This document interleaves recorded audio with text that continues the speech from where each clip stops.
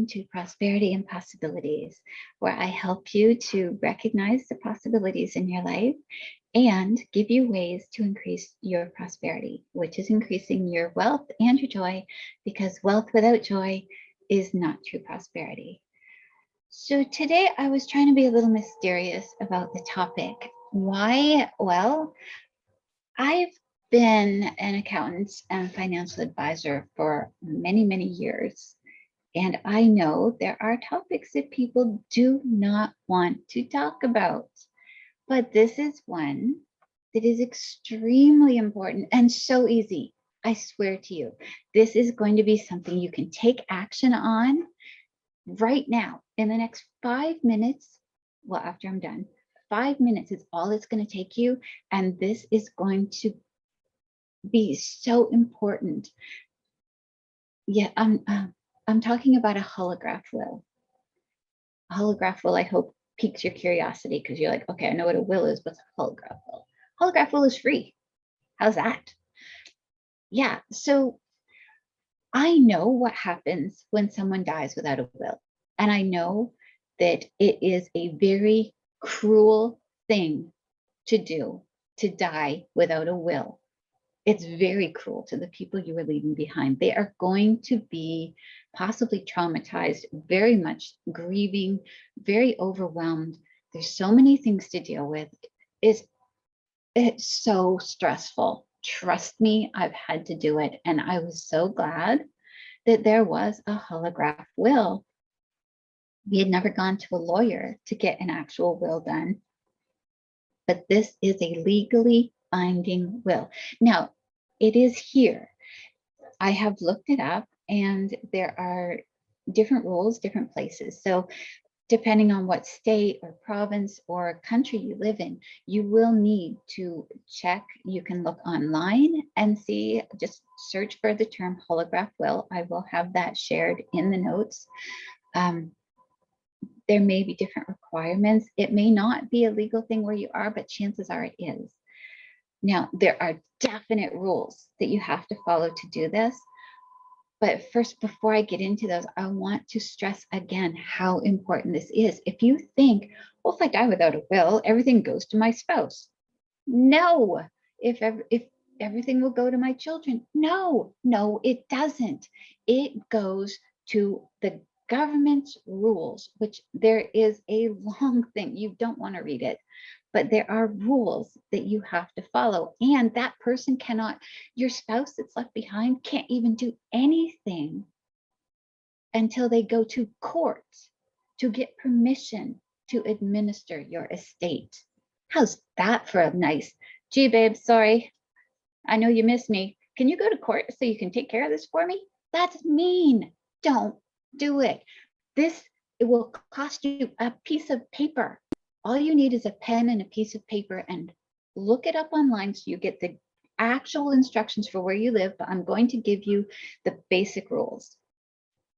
Number one, date it. You put today's date on it. So right now for me, that is October 23rd, 2021, goes at the top. Then you're going to write, this is the last will and testament of, and you're going to write your whole name. One sentence.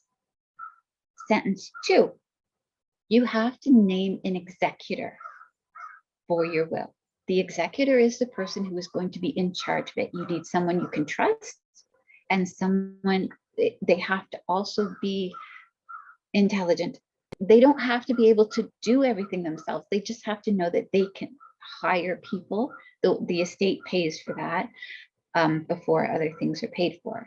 But they have to have mental capacity. They also definitely have to live in your country, possibly in your state or province. I'm not clear on those rules. And see, I've done a course. They taught me this stuff. I'm not a lawyer. This is not to replace a will. This is for those of you who are like, well, I don't really know who I want to leave what to, and we haven't really decided who we want to have custody of the children. And okay, let's pretend you have 5 minutes to live.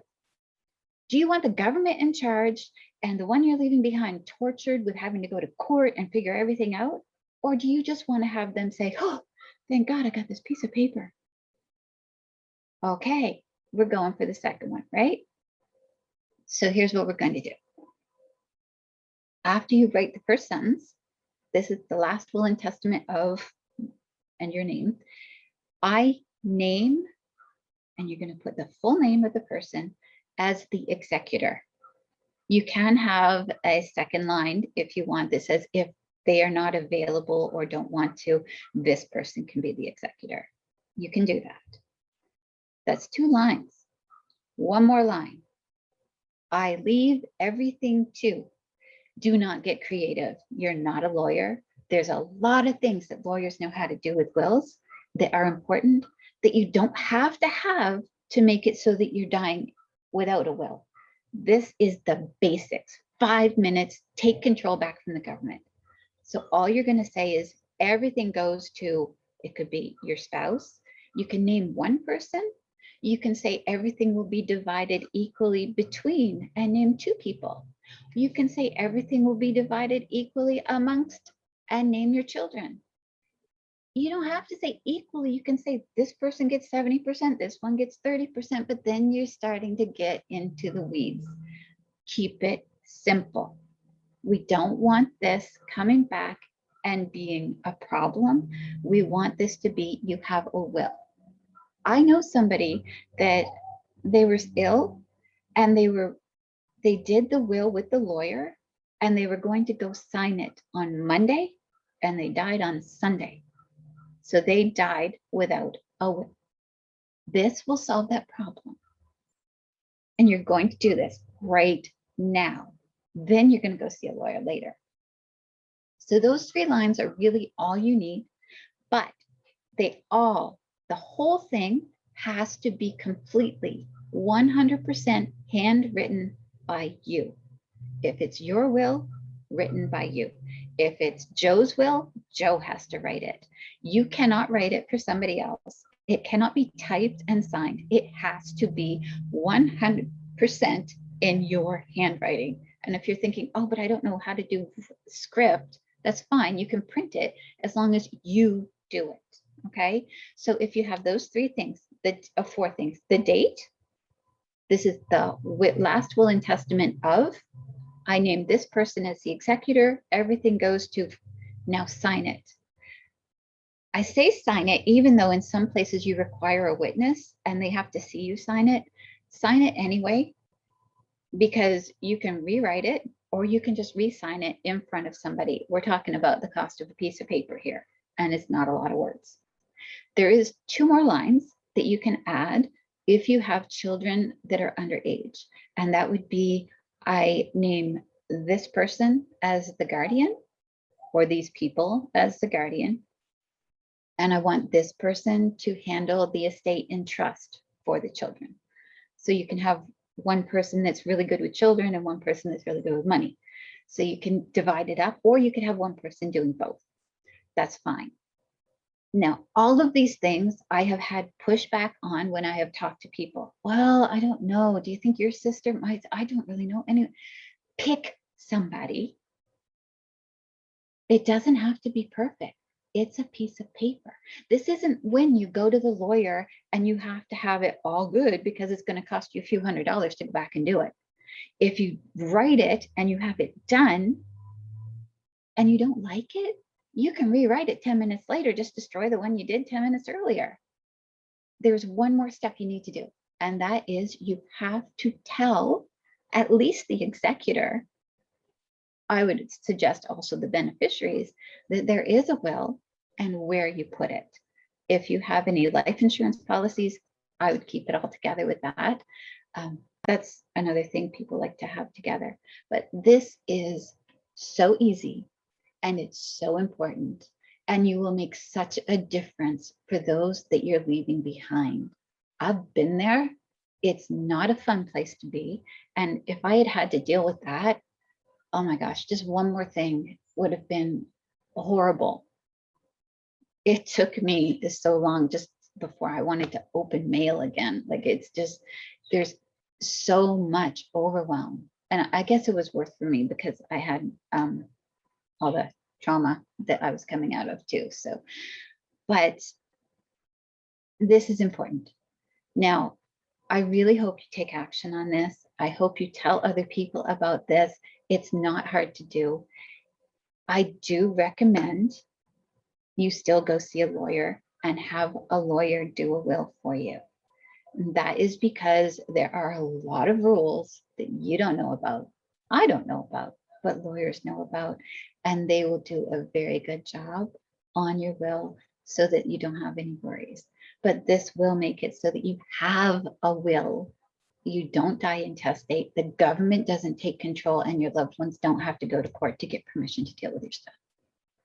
So this was sort of a Debbie Downer topic, but it was necessary. And if you have it done, think about how much more peace of mind you can have saying, yeah, no, I do have a will, because it is a legal will.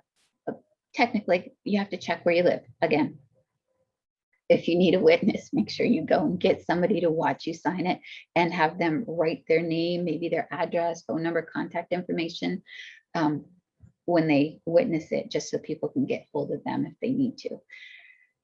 So now that that topic's over with, don't forget, leave me a comment. There's always going to be a link in the description and likely an article on the website that goes with this, as long as I'm on top of my game. And leave a comment. You can leave a comment on YouTube. Please, if you have time, go and leave a review for the podcast. Like, subscribe, those things will help me to reach more people. It seems like a very tiny thing, and it's like, I don't know if I want to click the like button or not. Click it. Come on, it's just a little button. As long as you have a YouTube account, you can click it. And I'm sure on the podcast, you can click that little heart. So thank you. And I will see you on another episode. Sayonara.